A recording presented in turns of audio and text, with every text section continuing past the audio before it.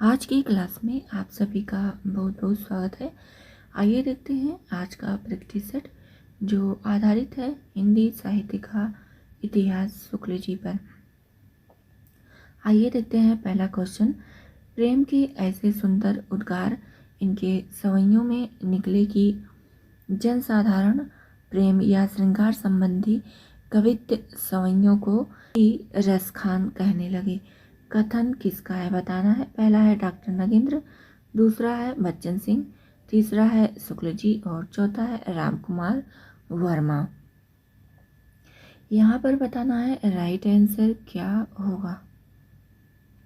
यहाँ पर right answer हो जाता है ऑप्शन नंबर 3 शुक्ल जी। आगे बढ़ते हैं क्वेश्चन नंबर 2 की तरफ। क्वेश्चन नंबर 2 है शुद्ध ब्रजभाषा का जो चलतापन यहाँ पर रहेगा और सफाई इनकी और घनानंद की रचनाओं में है वह अन्यत्र दुर्लभ है। कथन किसका है बताना है। पहला है शुक्ल जी, दूसरा है हजारी प्रसाद द्विवेदी, तीसरा है रामस्वरूप चतुर्वेदी, चौथा है नामवर सिंह। यहाँ पर बताना है राइट आंसर क्या होगा। यहाँ पर देखिए राइट आंसर हो जाता है option number 1 Shukla ji. Question number 3 है इन्होंने गीत काव्य का आश्रय न लेकर कवित्व सवैयों में अपने सच्चे प्रेम की व्यंजना की है। शुक्ल जी का यह कथन किसके बारे में है बताना है। पहला है केशव, दूसरा है देव, तीसरा है घनानंद और चौथा है रसखान। बताना है यहाँ पर राइट आंसर क्या होगा। यहाँ पर आपका राइट आंसर हो जाता है option number 4 Raskhan. Question number 4 है नाभा दास के भक्त माल के अनुकरण पर ध्रुवदास ने कौन सी रचना की बताना है। पहला है रंग हुलास, दूसरा है भक्त नामावली, तीसरा है रस रत्नावली और चौथा है रहस्य मंजरी। यहाँ पर बताना है राइट आंसर क्या होगा। यहाँ पर देखिए आपका राइट आंसर हो जाता है ऑप्शन नंबर 2 भक्त नामावली।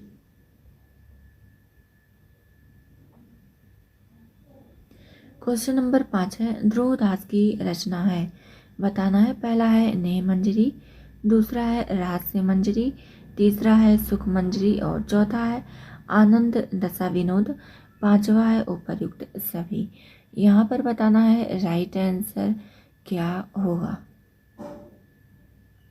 यहाँ पर आपका राइट आंसर हो जाता है उपर्युक्त सभी ऑप्शन नंबर 5।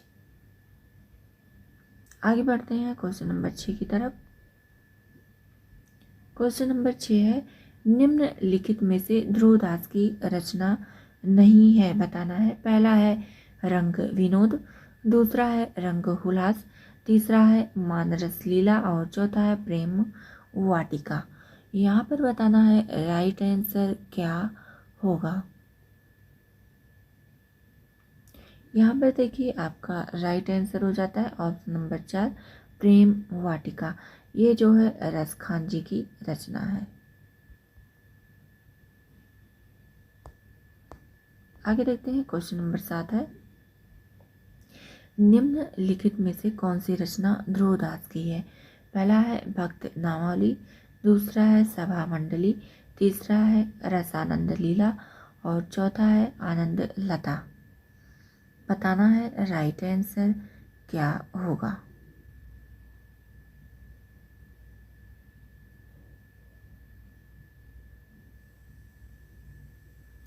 यहाँ पर राइट आंसर हो जाता है आपका ये सारी रचनाएं ध्रुवदास जी की हैं। तो आपका भक्त नामावली और सभा मंडली, रसानंद लीला और आनंद लीला राइट हो जाता है। आगे देखते हैं क्वेश्चन नंबर 8 है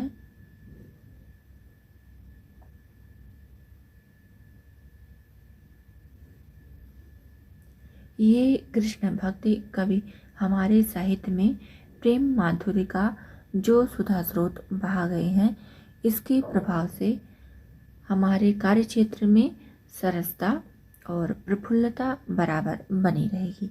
कथन किसका है बताना है। पहला है राहुल सांकृत्यायन, दूसरा है राम कुमार वर्मा, तीसरा है शुक्ल जी और चौथा है डॉक्टर नगेंद्र। यहाँ पर राइट आंसर हो जाता है option number 3 Shukla ji.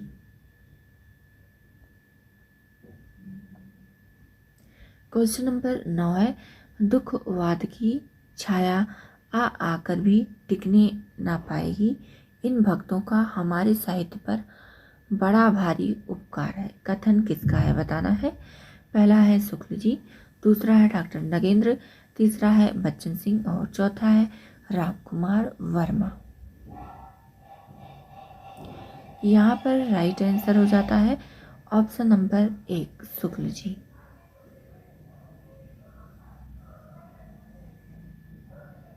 Question number 10 है भागवत दशम स्कंद भाषा किसकी रचना है बताना है। पहला है छीहल, दूसरा है लालचदास, तीसरा है देव और चौथा है नरहरि। यहाँ पर बताना है राइट आंसर क्या होगा। यहाँ पर देखिए राइट आंसर हो जाता है ऑप्शन नंबर 2 लालचदास। इनकी एक अन्य भी रचना है हरिचरित, आप लोग चाहें तो नोट कर सकते हैं।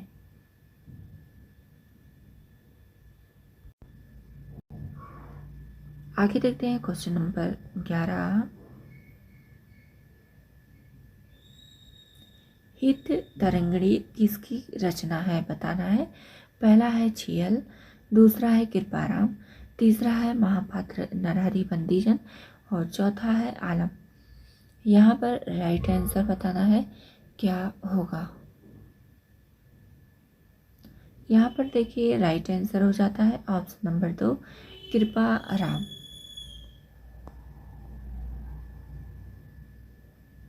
क्वेश्चन नंबर 12 है रुक्मणी मंगल किसकी रचना है बताना है।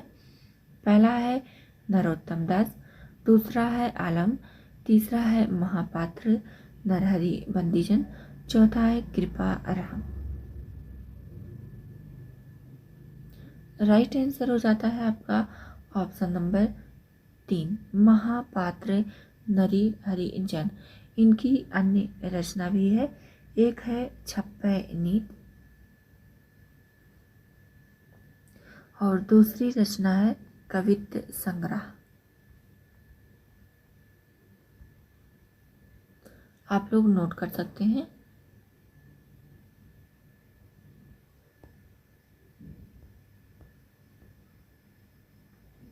क्वेश्चन नंबर 13 है सुदामा चरित किसकी रचना है। पहला है कृपाराम, दूसरा है आलम, तीसरा है महापात्र नरहरि बंदीजन, चौथा है नरोत्तम दास। यहाँ पर राइट आंसर हो जाता है ऑप्शन नंबर 4 नरोत्तम दास। इनकी एक अन्य रचना भी है, उसका नाम है ध्रुव चरित।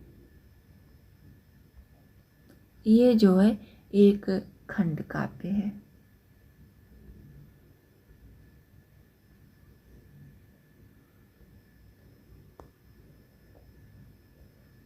क्वेश्चन नंबर 14 है माधवानल कामकंदला किसकी रचना है बताना है। पहला है महाराज टोडरमल, दूसरा है कृपाराम, तीसरा है आलम और चौथा है नरहरि बंदीजन। यहाँ पर बताना है राइट आंसर क्या होगा। यहाँ पर देखिए आपका राइट आंसर हो जाता है ऑप्शन नंबर 3 आलम की रचना है माधवानल कामकंदला। देखिए ये 5-5 चौपाइयों पर एक दोहा या सोरठा जो है लिखे हैं, ये इनकी शैली है इस रचना की। आगे बढ़ते हैं क्वेश्चन नंबर 15 की तरफ।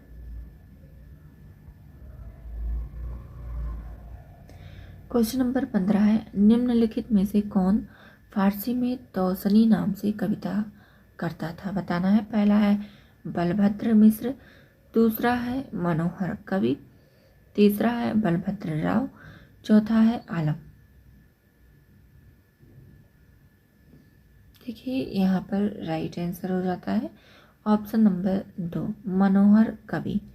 ये फारसी में जो लिखते थे कविता वो तौसनी नाम से लिखते थे। देखिए जो लोग लाइक नहीं किए हैं लाइक कर दें, और जो चैनल को सब्सक्राइब नहीं किए हैं चैनल को सब्सक्राइब कर दें, और ऑल नोटिफिकेशन पर आप लोग क्लिक कर लीजिए ताकि जैसे ही वीडियो अपलोड की जाए आप सब तक उसका नोटिफिकेशन पहुंच जाया करे। और अपने सभी साथी मित्रों को भी यह वीडियो शेयर कर दीजिए ताकि वे भी जुड़ें और क्लास में अच्छी संख्या बनाएं और जो प्रैक्टिस सेट चल रहा है उसका लाभ उठाएं। देखिए यहाँ पर आपका हिंदी साहित्य का दूसरा इतिहास बच्चन सिंह का जो है वो समाप्त हो चुका है। 38 क्लास में आपको आदिकाल से लेकर के आधुनिक काल तक एक एक प्रश्नों को प्रैक्टिस सेट में शामिल किया गया है। तो आप चाहें नोट बना सकते हैं और प्रैक्टिस सेट भी दे सकते हैं। और बच्चन सिंह का जो आधुनिक हिंदी साहित्य का इतिहास है वो भी लगभग आपका 21 क्लास में जो है आदिकाल से लेकर के आधुनिक काल तक